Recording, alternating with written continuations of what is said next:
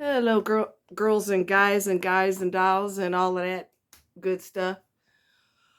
Oh, all right. Um, I don't feel well. I've got some kind of viral something going on.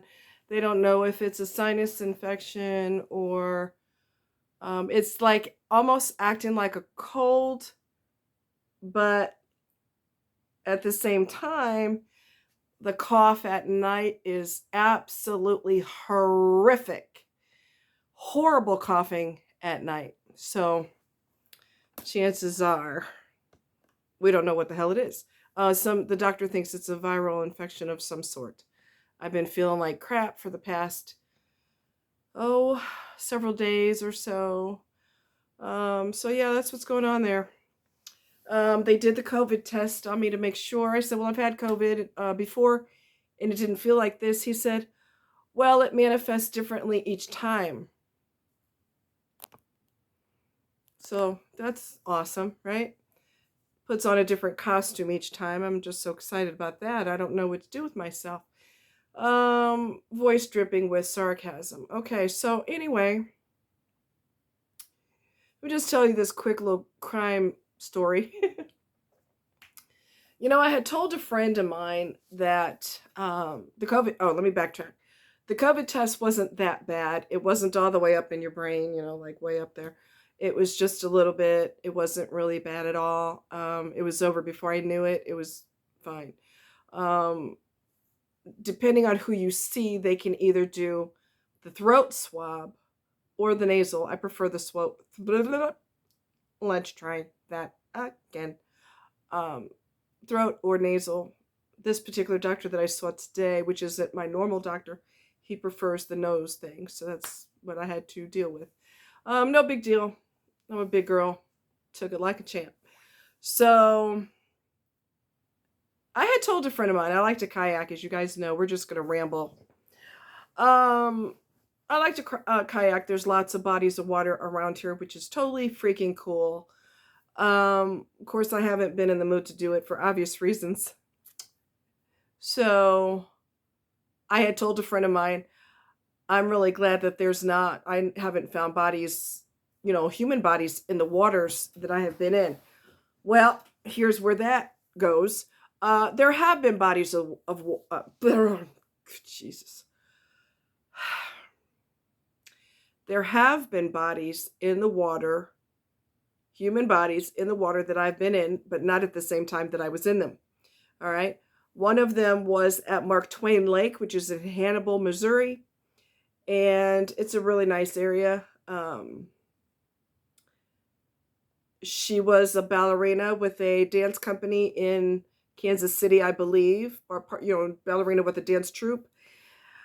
And they said, they found her car, they found her body, and that was the end of the story. And I'm like, okay, well, like, did she fall? Did she have a medical situation? Did someone drop her off in there? I mean, like, what happened?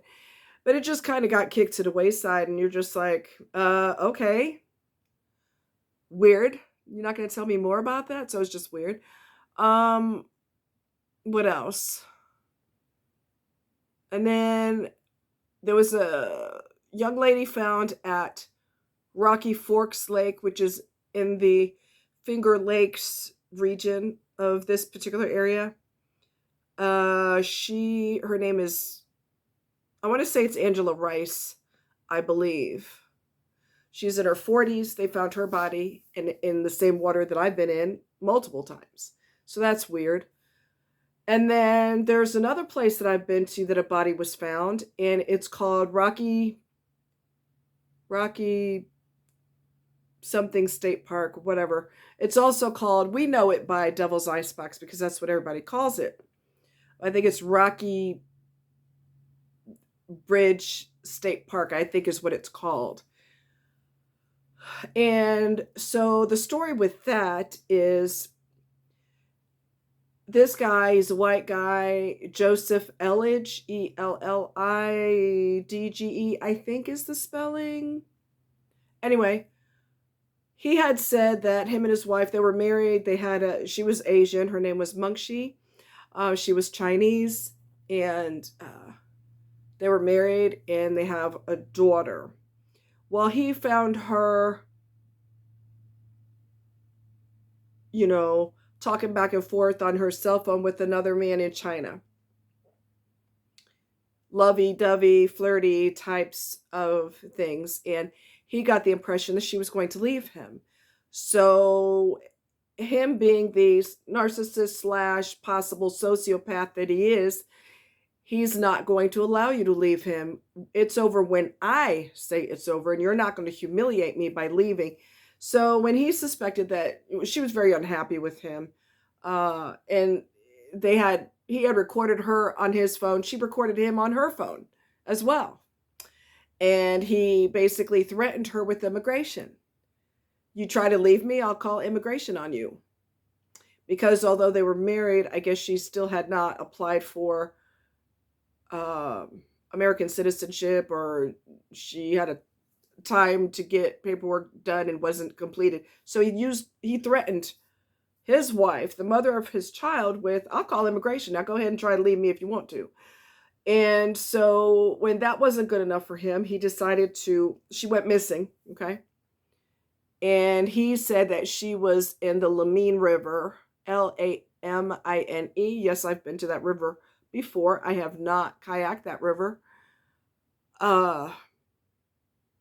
You can see it from I-70. Okay.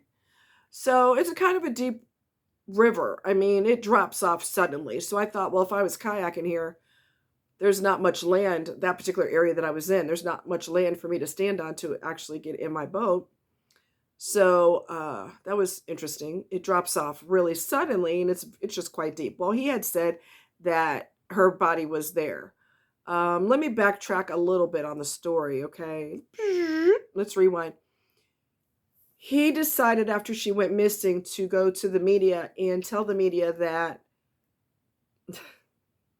oh my God, no emotion in his voice, no tears in his eyes. He has this thing with his eyebrow where it kind of jerks up as he's talking, which is weird, really creepy and weird, almost like a nervous tick or something. And at one point when he's talking to the media, he's smiling.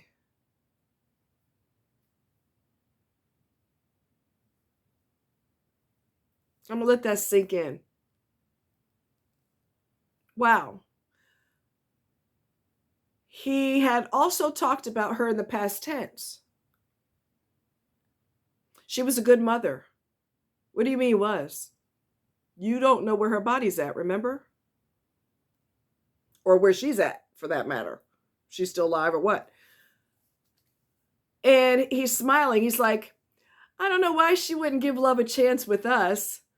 Do you honestly think if somebody that, well, he doesn't love anyone but himself, but in a fantasy world, when your partner is missing that you love, if you're mentally stable and you're capable of love, you're not going to be smiling when your partner goes missing. You're going to be teary-eyed, emotional. Your voice it's going to be hard to talk. And hard to form a sentence, a clear thought. You're going to be all over the place because this is devastating, beyond devastating. So he's just extremely creeptastic. They found her remains. A hiker found her remains. They had pulled out the helicopters and the boats, and they're trying to find her in the Lamine River, and they were not able to. And so he just exerted a lot of time and energy and money with that. And then a hiker found her skull at the Rocky Bridge State Park, which, like I said, we call it Devil's Icebox. And did testing on it and found out that that was actually Mengshi. That was his wife. I tell y'all this over and over and over and over again. You have got to be careful who you get involved with. You have to start watching them in situations where They should have emotions. Watch their facial expressions. Watch their body language. Watch their eye contact. Bear with me. Eye contact or lack of eye contact. Watch when people tell them things, what their reaction is. Watch this carefully. Because you can rest assured, when he was talking about his wife being missing, I was watching him real close. And the first thing I noticed was that constant jump of the eyebrow. That was just really fucking weird. And then the lack of emotion when she went missing. And then, you know, I don't know why she wouldn't give love a try with me.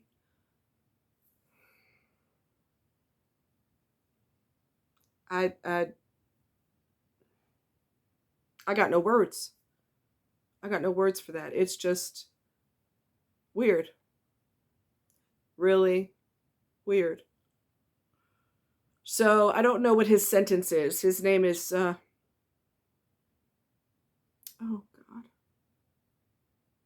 Is it Joe Elledge or something? Anyway, I don't know. Sorry, I'm disappeared for a while. Let's see here. I don't like to give misinformation. Y'all know I'm a little OCD. Elledge. Wife. Joseph Elledge. Elledge. They used to live at Woodlake. It's the Woodlake Apartments here in Columbia, Missouri. I'm sure the neighbors were, you know, tripping because the guy that you all live next to is a murderer. I don't know what his sentence is.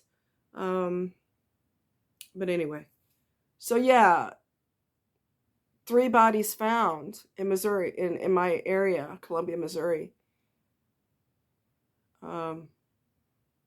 There's not a lot of information on the lady that they found at Rocky Forks Lake, which is in the vicinity of Finger Lakes, but not exactly. It's a separate body of water. And then I have been to, you know, Mark Twain Lake, which is a good sized lake. Man-made, by the way. You know, the Russian, or is she Russian? I think so. Ballerina that was found. Her body was found in there. And then, of course, this lady that was found at Rocky Bridge State Park. And, you know, I've seen videos of people who were killers looking for, you know, supplies at Walmart. And like I told my friend, I said, killers go to Walmart too. So anyway, those are some murder stories for you. Well, the ballerina is, you know, it's just really weird how that happened. It's just weird. I'm assuming it's a homicide. I don't know. And because it was so hush-hush, well, that makes it look even worse. Like, what are y'all trying to hide? I don't know. It's just weird. But anyway, I just want to touch base with you, and I just don't feel great. I just don't. I'll be glad when I feel better. Oh, let me tell you what happened, right? So doctor said because it's viral, there's not a lot that can be done. You can try Dayquil and see if you can get some relief that way. Well, you know what? Thank you, Jesus. Finally, my brain was working, and I didn't have a blonde moment. And something told me, you know what? Let's try NyQuil because I have problems sleeping at night because of this viral nonsense. We'll try the NyQuil. But something in the back of my head, good Lord, told me, you know what? Take that bottle over to the pharmacy. Check to make sure that there's no contraindications with that medication and the medicines that you're already on. I'm so glad I did that. Because there's a medication in there, diphenmorphone or some, I don't remember exactly how you say it, dextro, something like morphone, whatever the hell it's called. I'll know it when I see it.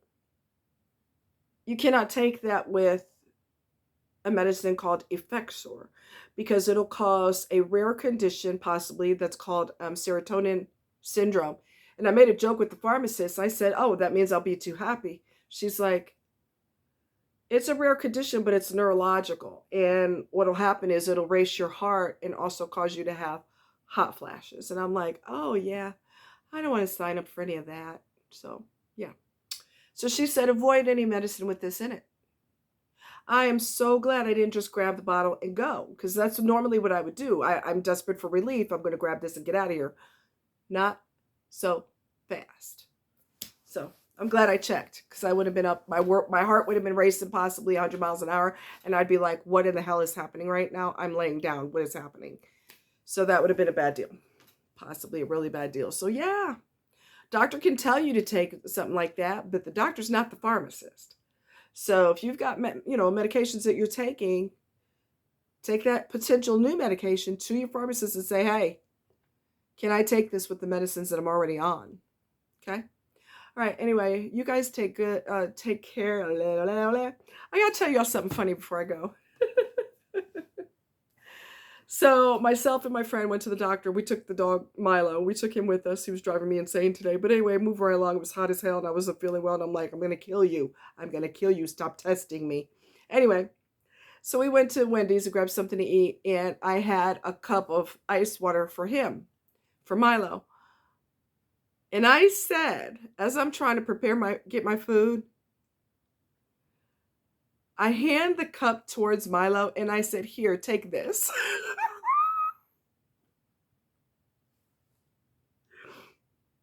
My friend goes, "You don't want him to take that cup." And I was like, "Oh, am I having a blonde moment?" He's like, "Yeah." Like he's a person? Take this cup? Really? So, yeah, that was pretty damn funny. Anyway,